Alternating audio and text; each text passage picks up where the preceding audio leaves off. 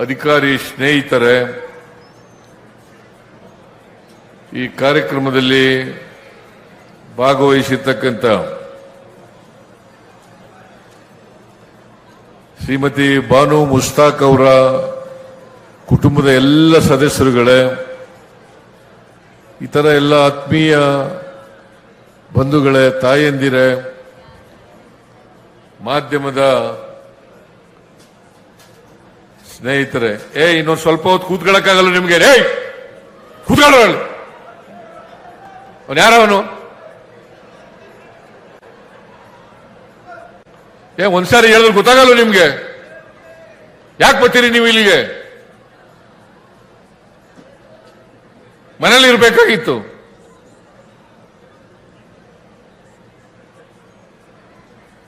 ಪೊಲೀಸ್ನವ್ರು ಅಲ್ಲಿ ಬಿಟ್ಬೇಡ್ರಿ, ಕಳಿಸ್ರಿ ಎಲ್ಲ.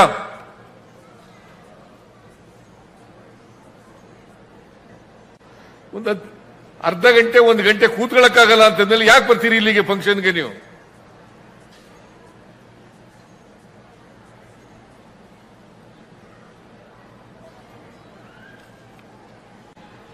ಆತ್ಮೀಯ ಬಂಧುಗಳೇ,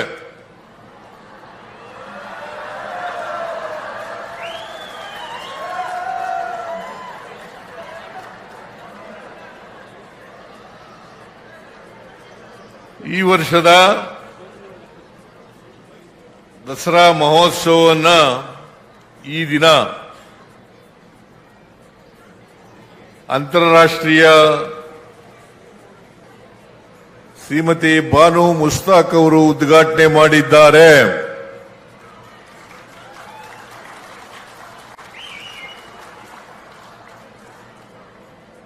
ಈಗಾಗಲೇ ಮಾದೇವಪ್ಪನವರು, GT ದೇವೇಗೌಡರು ಬಾನು ಮುಸ್ತಾಕ್ ಅವರನ್ನ ಈ ಬಾರಿ ದಸರಾ ಉದ್ಘಾಟನೆ ಮಾಡಬೇಕಾದ್ರೆ ಅದರ ಹಿಂದಿನ ಕಾರಣಗಳೇನು ಅಂತಕ್ಕನ್ನೋದ್ರ ಬಗ್ಗೆ ಪ್ರಸ್ತಾಪ ಮಾಡಿದ್ದಾರೆ. ಬಾನು ಮುಸ್ತಾಕ್ ಅವರು ಹುಟ್ಟಿನಿಂದ ಮುಸ್ಲಿಂ ಮಹಿಳೆ ಆಗಿರಬಹುದು, ಆದರೆ ಅವರು ಮನುಷ್ಯರು.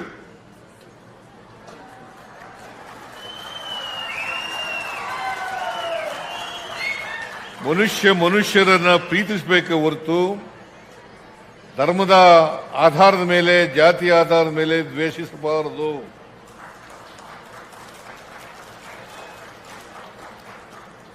ನಾವೆಲ್ಲ ಮನುಷ್ಯರು.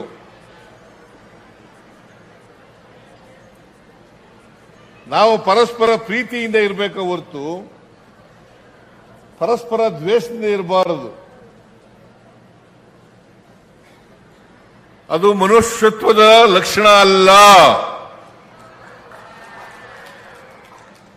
ನಾವು ಮನುಷ್ಯತ್ವ ಒಪ್ಕೊಳ್ಳೋದಾದ್ರೆ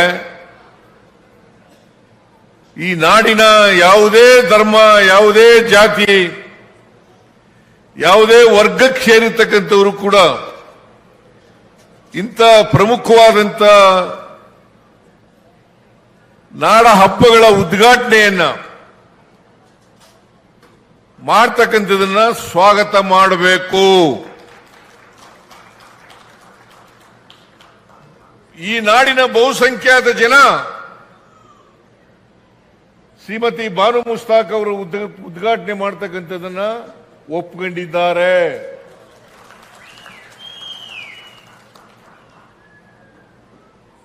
ಈಗಾಗಲೇ ಮಾದೇವಪ್ಪನವರು ಹೇಳಿದ್ರು, ಹೇಗೆ ದಸರಾ ಮೈಸೂರಿನಲ್ಲಿ ಪ್ರಾರಂಭ ಆಯಿತು ಅನ್ನೋದ್ರ ಬಗ್ಗೆ ಪ್ರಸ್ತಾಪ ಮಾಡಿದ್ದಾರೆ. ವಿಜಯನಗರದ ಅರಸರು ಇದನ್ನ ದಸರಾ ಮಹೋತ್ಸವವನ್ನು ಆಚರಣೆ ಮಾಡ್ತಾ ಇದ್ರು. ವಿಜಯನಗರ ಪತನ ಆದ ಮೇಲೆ ಮೈಸೂರಿನ ಅರಸರು, ಮೈಸೂರಿನ ರಾಜರುಗಳು ಇದನ್ನ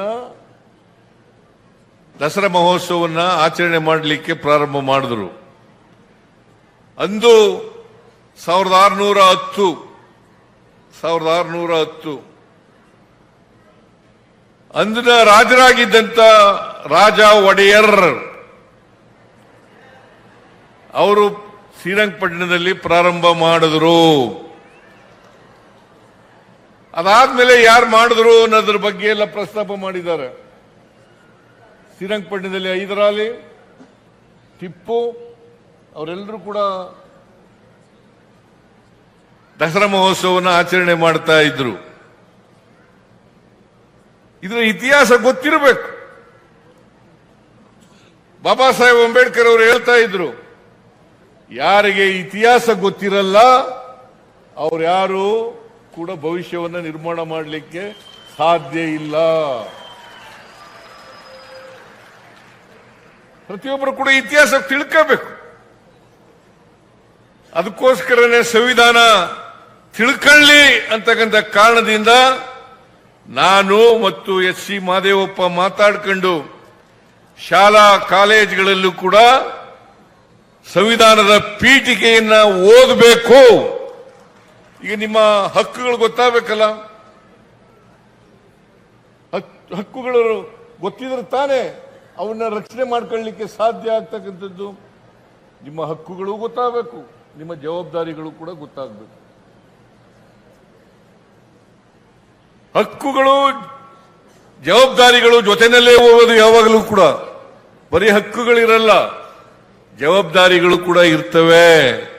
ಆದ್ರಿಂದ ನಾವು ಮುಂದಿನ ಪೀಳಿಗೆ ಸರಿಯಾದ ರೀತಿಯಲ್ಲಿ ಅರ್ಥ ಮಾಡ್ಕೋಬೇಕಾದ್ರೆ, ವ್ಯವಸ್ಥೆಯನ್ನು ಅರ್ಥ ಮಾಡ್ಕೋಬೇಕಾದ್ರೆ, ಸಮಾಜವನ್ನು ಅರ್ಥ ಮಾಡ್ಕೋಬೇಕಾದ್ರೆ ನಾವು ಅವರನ್ನು ದಾರಿ ತಪ್ಪಿಸ್ತಕ್ಕಂಥ ಕೆಲಸವನ್ನು ಮಾಡಬಾರದು. ಇತಿಹಾಸವನ್ನ ತಿರುಚಿ ಸ್ವಾರ್ಥಕ್ಕೋಸ್ಕರ, ರಾಜಕೀಯಕ್ಕೋಸ್ಕರ ಮಾಡ್ತಕ್ಕಂಥದ್ದಿದೆಯಲ್ಲ, ಅದು ಅಕ್ಷಮ್ಯ ಅಪರಾಧ ಅಂತಕ್ಕಂಥ ಮಾತುಗಳನ್ನು ಹೇಳಲಿಕ್ಕೆ ಬಯಸ್ತಾ ಇದ್ದೇನೆ. ಯಾರೇ ಆಗಲಿ ರಾಜಕೀಯಕ್ಕೋಸ್ಕರ ಬಳಸಬಾರದು. ರಾಜಕೀಯ ಮಾಡೋದಾದ್ರೆ ಖುಲ್ಲ ಇದೆ ಸಮಾಜದಲ್ಲಿ, ಮಾಡೋಣ. ಚುನಾವಣಾ ಸಂದರ್ಭದಲ್ಲಿ ಮಾಡೋಣ, ರಾಜಕೀಯ ಮಾಡೋಣ. ಏಯ್ ಸುಮ್ನಿರೇ,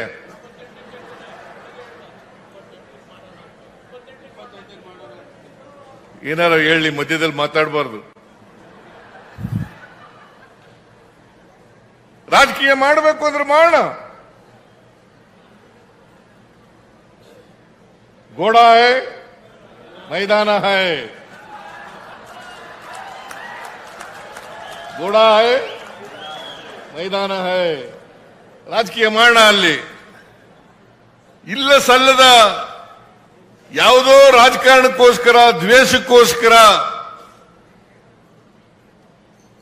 ಇನ್ಯಾರನ್ನೋ ಓಲೈಸಕ್ಕೋಸ್ಕರ ರಾಜಕಾರಣ ಮಾಡಬಾರದು. ಓಲೈಕೆ ರಾಜಕಾರಣ ಅದರಿಂದ ಲಾಭನೂ ಆಗಲ್ಲ, ನಷ್ಟನೇ ಜಾಸ್ತಿ ಆಗ್ತಕ್ಕಂಥದ್ದು ಅನ್ನೋದನ್ನ ಅರ್ಥ ಮಾಡ್ಕೋಬೇಕು ಅಂತಕ್ಕಂಥ ಮಾತುಗಳನ್ನ ಹೇಳಲಿಕ್ಕೆ ಬಯಸ್ತಾ ಇದ್ದೇನೆ. ಅದರಿಂದ ಹೈಕೋರ್ಟ್, ಸುಪ್ರೀಂ ಕೋರ್ಟ್ ಕೂಡ ಒಪ್ಕೊಂಡಿದೆ. ಈಗ ಸುಪ್ರೀಂ ಕೋರ್ಟ್ನವರು ಹೇಳಿದ್ರು, ಸಂವಿಧಾನದ ಪೀಠಿಕೆ ಓದ್ಕೊಂಡಿದ್ದೀರಾ ನೀವು ಅಂತ ಕೇಳಿದ್ರು. ಸಂವಿಧಾನದ ಪೀಠಿಕೆ ಏನಾದ್ರು ಓದ್ಕೊಂಡಿದ್ದೀರಪ್ಪ ನೀವು? ಸಂವಿಧಾನದ ಪೀಠಿಕೆ ಓದ್ಕೊಳ್ಳಿ. ತಕ್ಕ ಅವರು ಸರಿಯಾದಂತ ರೀತಿಯಲ್ಲಿ ಪಾಠಗಳು ಕೊಟ್ಟಿದ್ದಾರೆ. ಸುಪ್ರೀಂ ಕೋರ್ಟ್ನ ನ್ಯಾಯಾಧೀಶರುಗಳು, ಹೈಕೋರ್ಟ್ನ ನ್ಯಾಯಾಧೀಶರುಗಳು ಇದನ್ನು ನಾವೆಲ್ಲರೂ ಕೂಡ ಅರ್ಥ ಮಾಡ್ಕೋಬೇಕಾಗ್ತದೆ. ನಮ್ಮ ಸಂವಿಧಾನ ಜಾತ್ಯತೀತ, ಧರ್ಮಾತೀತ. ಇದನ್ನ ಅರ್ಥ ಮಾಡ್ಕೋಬೇಕಾಗ್ತದೆ. ನಮ್ಮ ಸಂವಿಧಾನನೇ ಅರ್ಥ ಆಗದೆ ಹೋದ್ರೆ ಏನ್ ಮಾಡಬೇಕು? ನಮ್ಮ ದೇಶದಲ್ಲಿ ಅನೇಕ ಜಾತಿಗಳಿದ್ದಾವೆ, ಧರ್ಮಗಳಿದ್ದಾವೆ. ಅದಕ್ಕೋಸ್ಕರನೇ ವೈವಿಧ್ಯತೆಯಲ್ಲಿ ಏಕತೆಯನ್ನ ಸಾರಬೇಕು. ವೈವಿಧ್ಯತೆಯಲ್ಲಿ ಏಕತೆಯನ್ನ ಸಾರಬೇಕು ಅಂತ ಹೇಳಿರ್ತಕ್ಕಂಥದ್ದು. ನಾವು ಯಾವುದೇ ಧರ್ಮಕ್ಕೆ ಸೇರಿರಲಿ, ಯಾವುದೇ ಜಾತಿಗೆ ಸೇರಿರಲಿ, ನಾವೆಲ್ಲರೂ ಕೂಡ ಭಾರತೀಯರು ಅಂತಕ್ಕಂಥ ಭಾವನೆ ಬಂದಾಗ ಮಾತ್ರ ಅದನ್ನ ಅರ್ಥ ಮಾಡ್ಕೊಳ್ಳಿಕ್ಕೆ ಆಗ್ತದೆ. ಇಲ್ಲದೆ ಹೋದರೆ ಸಂವಿಧಾನನೇ ಅರ್ಥ ಆಗಿಲ್ಲ ಅಂತಂದ್ರೆ, ಸಂವಿಧಾನಕ್ಕೆ ವಿರುದ್ಧವಾಗಿರ್ತಕ್ಕಂಥವ್ರು ಮಾತ್ರ ಸಂವಿಧಾನ ಅರ್ಥ ಆಗಿಲ್ಲ ಅಂತ ಹೇಳ್ತಕ್ಕಂಥದ್ದು, ಅಥವಾ ಸಂವಿಧಾನವನ್ನು ತಿರುಚಿ ಹೇಳ್ತಕ್ಕಂಥವ್ರು. ಅದನ್ನ ಸ್ವಾರ್ಥಿಗಳು, ಸಂವಿಧಾನಕ್ಕೆ ಮಾಡತಕ್ಕಂಥ ಅಪಚಾರ, ನಮ್ಮ ನಾಡಿಗೆ ಮಾಡ್ತಕ್ಕಂಥ ಅಪಚಾರ, ನಮ್ಮ ದೇಶಕ್ಕೆ ಮಾಡ್ತಕ್ಕಂಥ ಅಪಚಾರ, ಇದನ್ನ ನಾವೆಲ್ಲರೂ ಕೂಡ ಅರ್ಥ ಮಾಡ್ಕೋಬೇಕಾಗ್ತದೆ. ಆದ್ರಿಂದ ಅದಕ್ಕೆ ಸಂವಿಧಾನದಲ್ಲಿ ಬಾಬಾ ಸಾಹೇಬ್ ಅಂಬೇಡ್ಕರ್ ಅವರು ಬಹಳ ಸ್ಪಷ್ಟವಾಗಿ ಹೇಳಿದ್ದಾರೆ, ಸಹಿಷ್ಣುತೆ ಇರಬೇಕು, ಸಹಿಷ್ಣುತೆ ಇರಬೇಕು, ಸಹಬಾಳ್ವೆ ಇರಬೇಕು. ಸಹಿಷ್ಣುತೆ ಸಹಬಾಳ್ವೆ ಇದ್ದಾಗ ಮಾತ್ರ ನಾವು ಭಾರತೀಯರು ಅಂತ ಅನ್ಕೊಳ್ಳಿಕ್ಕೆ ಸಾಧ್ಯ ಆಗ್ತದೆ. ಇಲ್ಲದೆ ಹೋದ್ರೆ ನಾವು ಯಾವುದೇ ಸಂವಿಧಾನಕ್ಕೆ, ಯಾವುದೇ ಧರ್ಮಕ್ಕೆ, ಯಾವುದೇ ಜಾತಿಗೆ ಅಗ್ರಸ್ಥಾನವನ್ನು ಕೊಡಲಿಕ್ಕೆ ಹೋಗಿಲ್ಲ, ಸಾರ್ವಭೌಮತ್ವವನ್ನು ಕೊಡಲಿಕ್ಕೆ ಹೋಗಿಲ್ಲ. ಎಲ್ಲವೂ ಕೂಡ ಸಮಾನ, ಎಲ್ಲರಿಗೂ ಸಮಾನ ಅವಕಾಶ. ಇದು ಒತ್ತಿ ಒತ್ತಿ ನಮ್ಮ ಸಂವಿಧಾನ ಹೇಳ್ತದೆ. ಇದನ್ನ ನಾವು ಈ ಮೂಲ ತತ್ವವನ್ನು ಅರ್ಥ ಮಾಡ್ಕೊಳ್ಳದೆ ಹೋದರೆ ನಾವು ದೇಶಕ್ಕೆ ಮಾಡ್ತಕ್ಕಂಥ ಅಪಚಾರ ಅಂತಕ್ಕಂಥದನ್ನ ತಿಳ್ಕೋಬೇಕಾಗ್ತದೆ, ಸಂವಿಧಾನಕ್ಕೆ ಮಾಡ್ತಕ್ಕಂಥ ಅಪಚಾರ ಅಂತಕ್ಕಂಥದ್ದು ತಿಳ್ಕೋಬೇಕಾಗ್ತದೆ. ಆದ್ರಿಂದ ಬಾನು ಮುಸ್ತಾಕ್ ಅವರು ಅಂತಾರಾಷ್ಟ್ರೀಯ ಬೂಕರ್ ಪ್ರಶಸ್ತಿಯನ್ನ ಪಡ್ಕೊಂಡಿರ್ತಕ್ಕಂಥವರು. ಅವರು ಈ ಸಾರಿ ದಸರಾ ಉದ್ಘಾಟನೆ ಮಾಡಿರ್ತಕ್ಕಂಥದ್ದು ಸರಿಯಾಗಿದೆ, ಕನ್ನಡ ನಾಡಿಗೆ ಗೌರವವನ್ನು ತರ್ತಕ್ಕಂಥ ಕೆಲಸ ಆಗಿದೆ ಅಂತಕ್ಕಂಥ ಮಾತುಗಳನ್ನ ಹೇಳಲಿಕ್ಕೆ ಬಯಸ್ತಾ ಇದ್ದೇನೆ. ಹಾಗಾಗಿ ನಾನು ಬಾನು ಮುಸ್ತಾಕ್ ಅವರಿಗೆ, ಕವಿಯತ್ರಿ, ಸಾಹಿತಿ, ಹೋರಾಟಗಾರ್ತಿ, ಬೂಕರ್ ಪ್ರಶಸ್ತಿ ವಿಜೇತೆ ಶ್ರೀಮತಿ ಬಾನು ಮುಸ್ತಾಕ್ ಅವರಿಗೆ ಸರ್ಕಾರದ ವತಿಯಿಂದ, ನನ್ನ ವತಿಯಿಂದ, ಇಡೀ ಮೈಸೂರು ಜಿಲ್ಲೆಯ ನಾಡಿನ ವತಿಯಿಂದ ನಿಮಗೆ ಅಭಿನಂದನೆಗಳನ್ನು ಸಲ್ಲಿಸಲಿಕ್ಕೆ ಬಯಸ್ತಾ ಇದ್ದೇನೆ.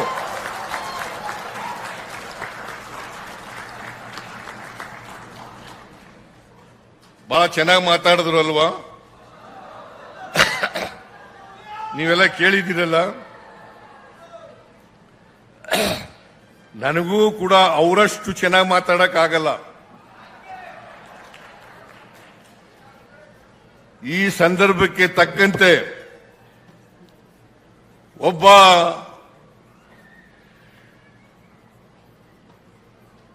ಕವಿಯತ್ರಿಯಾಗಿ, ಸಾಹಿತಿಯಾಗಿ, ಉದ್ಘಾಟಕರಾಗಿ ಬಹಳ ಅರ್ಥಗರ್ಭಿತವಾಗಿ ಮಾತಾಡಿದ್ದಾರೆ. ಬಹುಶಃ ಈ ನಾಡಿನ ಜನತೆ ನೀವೆಲ್ಲ ಕೂಡ ಅರ್ಥ ಮಾಡ್ಕೊಂಡಿದ್ದೀರಿ ಅಂತಕ್ಕಂಥದ್ದು. ಬಹುಶಃ ಯಾರು ಇವರನ್ನ ವಿರೋಧ ಮಾಡ್ತಾ ಇದ್ರು ಅವ್ರಿಗೂ ಕೂಡ ಕಣ್ತರಿಸ್ತಕ್ಕಂಥ ರೀತಿಯಲ್ಲಿ ಇದೆ ಅಂತಕ್ಕಂಥ ಮಾತುಗಳನ್ನು ಹೇಳಲಿಕ್ಕೆ ಬಯಸ್ತಾ ಇದ್ದೇನೆ. ಅದರಿಂದ ನಾನು ಹೆಚ್ಚು ಮಾತಾಡ್ಲಿಕ್ಕೆ ಹೋಗಲ್ಲ ಬಾನು ಮುಸ್ತಾಕ್ ಅವ್ರ ಬಗ್ಗೆ. ಬಾನು ಮುಸ್ತಾಕ್ ಅವರು ಹಾಸನದವರು, ಮೈಸೂರಿಗೆ ಅನೇಕ ಸಾರಿ ಬಂದಿದ್ದಾರೆ. ಮೈಸೂರಿನಲ್ಲೂ ಕೂಡ ಅನೇಕ ಸಂದರ್ಭಗಳಲ್ಲಿ ಸಭೆಗಳಲ್ಲಿ, ಸಮಾರಂಭಗಳಲ್ಲಿ ಭಾಗವಹಿಸಿದ್ದಾರೆ, ಮಾತನಾಡಿದ್ದಾರೆ. ಅವರು ಭಾಷಣ ಕೇಳಿದ್ದೀವಿ. ಅವರು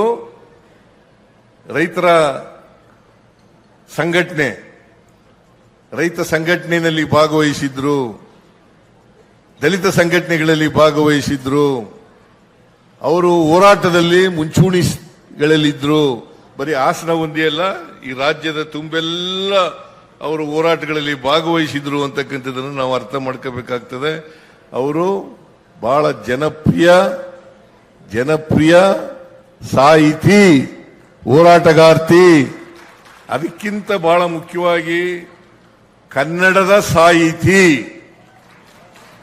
ಒಬ್ಬ ಮುಸ್ಲಿಂ ಮಹಿಳೆಯಾದರೂ ಕೂಡ ಕನ್ನಡದ ಸಾಹಿತಿ, ಕನ್ನಡದ ಲೇಖಕಿ, ಕನ್ನಡದ ಹೋರಾಟಗಳಲ್ಲಿ ಭಾಗವಹಿಸಿರ್ತಕ್ಕಂಥದ್ದು. ಅದರಿಂದ ನಾವು ಇದನ್ನು ಅರ್ಥ ಮಾಡ್ಕೋಬೇಕಾಗ್ತದೆ. ಒಬ್ಬ ಮುಸ್ಲಿಂ ಮಹಿಳೆ ಕನ್ನಡದ ಲೇಖಕಿಯಾಗಿ ಕರ್ನಾಟಕಕ್ಕೆ ಗೌರವ ತಂದುಕೊಟ್ಟಿದ್ದಾರಲ್ಲ, ಅವರ ಪುಸ್ತಕ ಇದೆಯಲ್ಲ, ಎಂಥದ್ದು,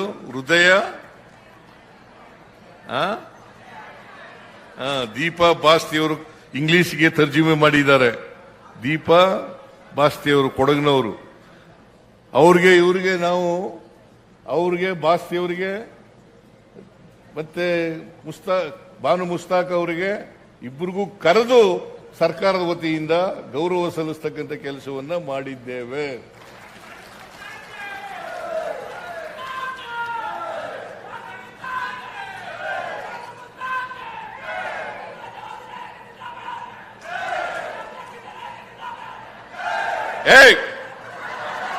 ಇರೋ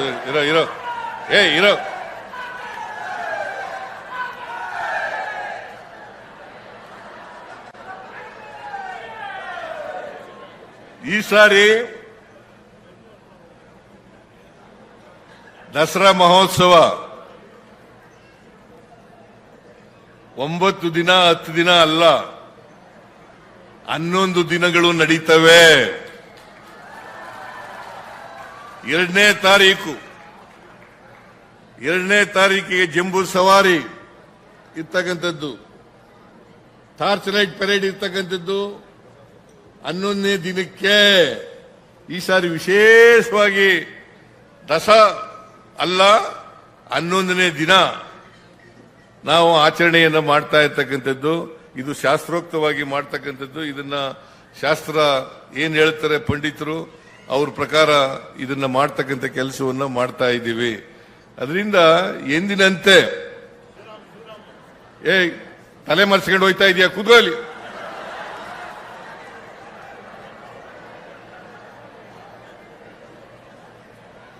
ಮಹಾತ್ಮ ಗಾಂಧೀಜಿಯವರು ಬೆಳಗಾವಿನಲ್ಲಿ ಕಾಂಗ್ರೆಸ್ನ ಮೊದಲೇ ಅಧಿವೇಶನ ಆಗಿ 100 ವರ್ಷ ಆಗಿದೆ. ಅದಕ್ಕೋಸ್ಕರವಾಗಿ ಈ ಸಾರಿ ವಿಶೇಷ ಜಂಬೂ ಸವಾರಿನಲ್ಲಿ ವಿಶೇಷವಾದ ಮೆರುಗನ್ನ ಕೊಡ್ತಕ್ಕಂಥ ಕೆಲಸವನ್ನ ಮಾಡ್ತೇವೆ ಅಂತಕ್ಕಂಥ ಮಾತುಗಳನ್ನು ಕೂಡ ಹೇಳಲಿಕ್ಕೆ ಬಯಸ್ತಾ ಇದ್ದೇನೆ. ಅದರ ಜೊತೆಗೆ ನಾವು 5 ಗ್ಯಾರಂಟಿ ಯೋಜನೆಗಳನ್ನು ಮಾಡಿದ್ದೀವಿ. ಈ 5 ಗ್ಯಾರಂಟಿ ಯೋಜನೆಗಳನ್ನು ಯಾಕೆ ಮಾಡಿದ್ದೀವಿ ಅಂತಂದ್ರೆ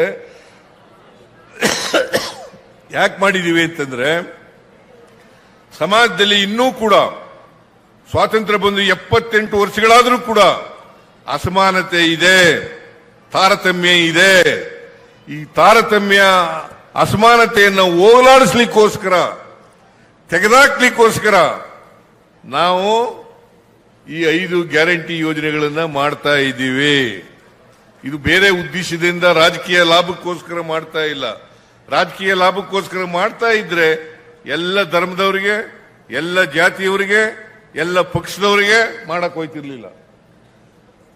ಈಗ JDS ನ ಜನ ತಗೊಳ್ಳಲ್ವಾ? ಬಿಜೆಪಿ ಜನ ತಗೊಳ್ಳಲ್ವ? ಏನ್ರಿ ಇವತ್ತು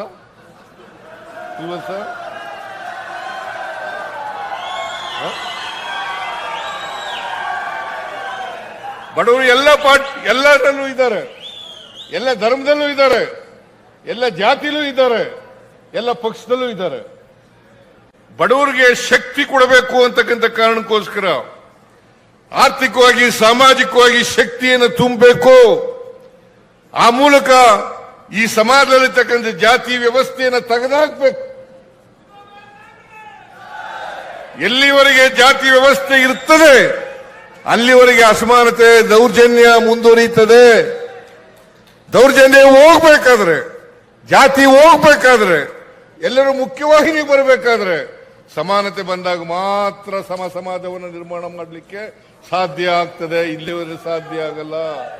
ಅದನ್ನೇ ಬುದ್ಧ ಹೇಳಿರೋದು, ಅದನ್ನೇ ಬಸವಣ್ಣ ಹೇಳಿರೋದು, ಅದನ್ನೇ ಗಾಂಧೀಜಿ ಹೇಳಿರೋದು, ಅದನ್ನೇ ಅಂಬೇಡ್ಕರ್ ಅವರು ಹೇಳಿರ್ತಕ್ಕಂಥದ್ದು ಅಲ್ವಾ? ಅದನ್ನೇ ಎಲ್ಲ ಹೇಳಿರೋದು.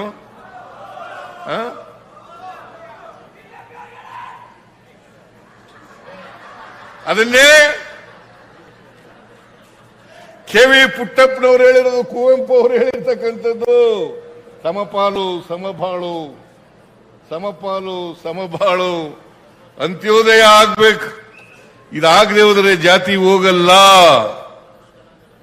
ಸಮಾಜ ಸಮಾಜ ಆಗಲ್ಲ. ಯಾವುದೇ ಧರ್ಮ ಇರಲಿ, ಯಾವುದೇ ಜಾತಿ ಇರಲಿ. ಅದಕ್ಕೆ ಕುವೆಂಪು ಅವರು ಹೇಳಿದ್ರು, ಎಲ್ಲ ದೇವಸ್ಥಾನಗಳನ್ನ, ಚರ್ಚ್ಗಳನ್ನ, ಮಸೀದಿಗಳನ್ನ ಬಿಟ್ಟು ಬರ್ರಿ, ಮನುಷ್ಯರಾಗ್ರಿ ಅಂತ ಹೇಳಿದ್ರು. ಸರ್ವ ಜನಾಂಗದ ಶಾಂತಿಯ ತೋಟ, ಸರ್ವ ಜನಾಂಗದ ಶಾಂತಿಯ ತೋಟ ಆಗಬೇಕು ಅಂತದ್ದು. ನಾವು ಮತ್ತೆ ಸಮಾಜವನ್ನು ಒಡಿತಕ್ಕಂಥ ಕೆಲಸ ಮಾಡಬೇಕಾ?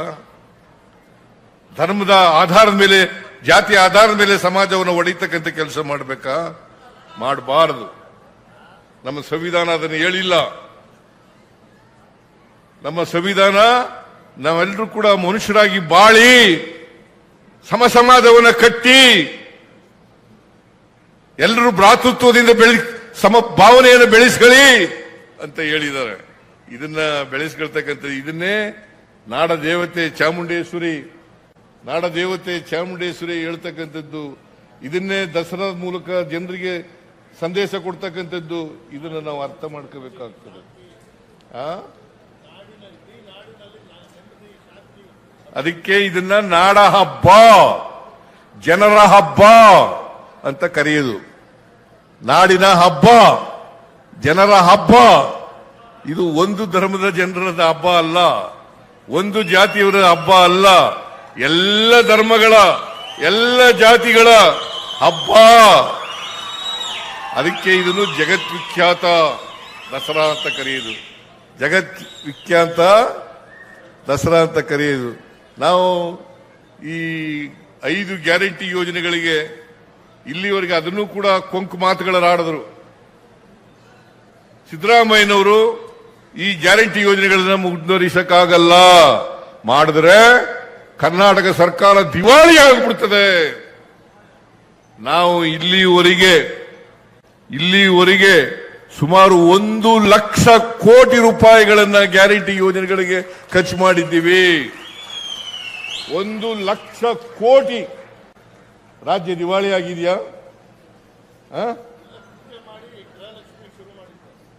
ದಿವಾಳಿ ಆಗಿದೆಯಾ?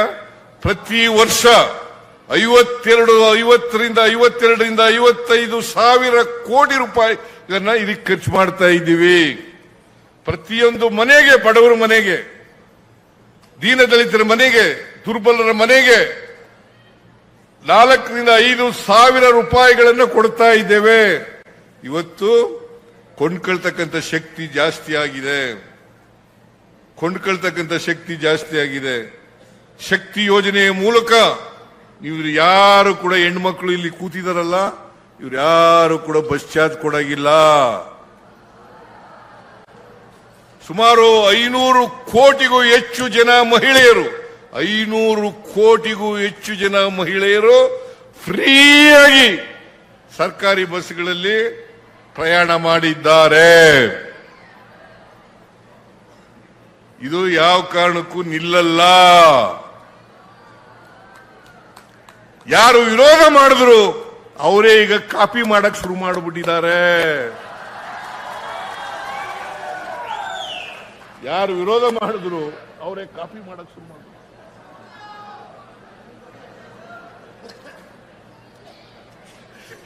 ಈ ನೋಡಿ, ವಿರೋಧ ಮಾಡೋದು ಒಂದ್ ಕಾಲ, ಕಾಪಿ ಮಾಡೋದು ಇನ್ನೊಂದು ಕಾಲ.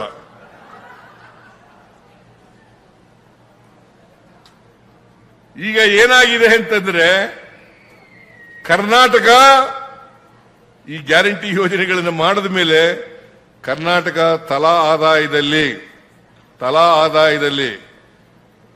2013-14ರಲ್ಲಿ 1,01,000 ರೂಪಾಯಿ ಇತ್ತು ತಲಾ ಆದಾಯ.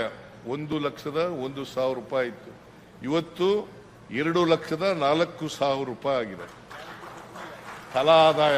ಪರ್ ಕ್ಯಾಪಿಟಲ್ ಇನ್ಕಮ್ ಡಬಲ್ ಆಗಿದೆ.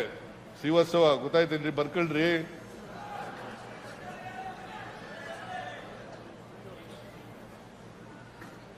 Karnataka number 1 in the country. ತಲಾ ಆದಾಯದಲ್ಲಿ ನಂಬರ್ 1. ಇದರಿಂದ ಮಹಿಳೆಯರ ಉದ್ಯೋಗದ ಸಂಖ್ಯೆ ಜಾಸ್ತಿ ಆಗ್ತಾ ಇದೆ, ಪರ್ಸೆಂಟೇಜ್ ಜಾಸ್ತಿ ಆಗ್ತಾ ಇದೆ. ಬೆಂಗಳೂರಿನಲ್ಲಿ 23% ಬೆಳವಣಿಗೆ, ಹುಬ್ಳಿ ಧಾರವಾಡದಲ್ಲಿ 21% ಬೆಳವಣಿಗೆ. ಇದರಿಂದ ಉಪಯೋಗ ಆಗಿದೆ, ಲಾಭ ಆಗಿರೋದು ಯಾರಿಗೆ? ಬಡವರಿಗೆ, ಈ ರಾಜ್ಯದ ಬಡವರಿಗೆ, ಎಲ್ಲ ಜಾತಿ ಎಲ್ಲ ಧರ್ಮದ ಜನರಿಗೆ. ಅದರಿಂದ ಕರ್ನಾಟಕ ಸರ್ಕಾರ ಜಾತ್ಯತೀತ ತತ್ವದಲ್ಲಿ ನಂಬಿಕೆ ಇಟ್ಟುಕೊಂಡಿದೆ.